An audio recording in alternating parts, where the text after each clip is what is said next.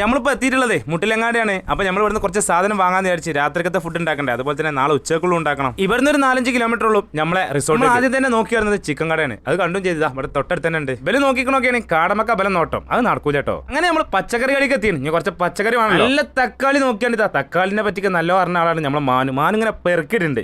ആശിക്കും കുട്ടിമോൻ അതിന്റെ അടി പോയിക്കാട്ടെ 2 കുപ്പി വെള്ളവും പിന്നെ ഏത് നമ്മളെ പൊക്കോടി വാങ്ങി അതിലേക്ക് അപ്പം തന്നെ തിന്നലും തുടങ്ങി. പിന്നെ നമ്മൾ കുറച്ച് അരിയും പഞ്ചസാരയും സാധനങ്ങൾ വാങ്ങി. പിന്നെ അവിടുന്ന് മല്ലിപ്പൊടി മുളക് പൊടി അതും വാങ്ങി. അവിടുന്ന് പോകുന്നതാ നമ്മൾ റിസോർട്ട് കണ്ടു കേട്ടോ.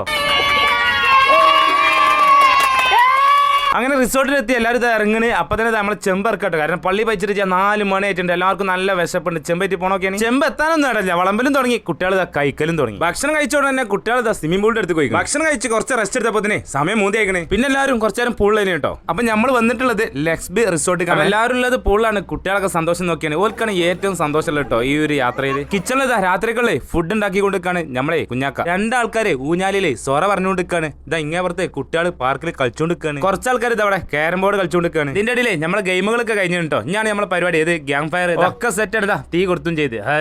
അപ്പം ഇതാ പരിപാടി ആരംഭിക്കാണ്, കണ്ടോളി.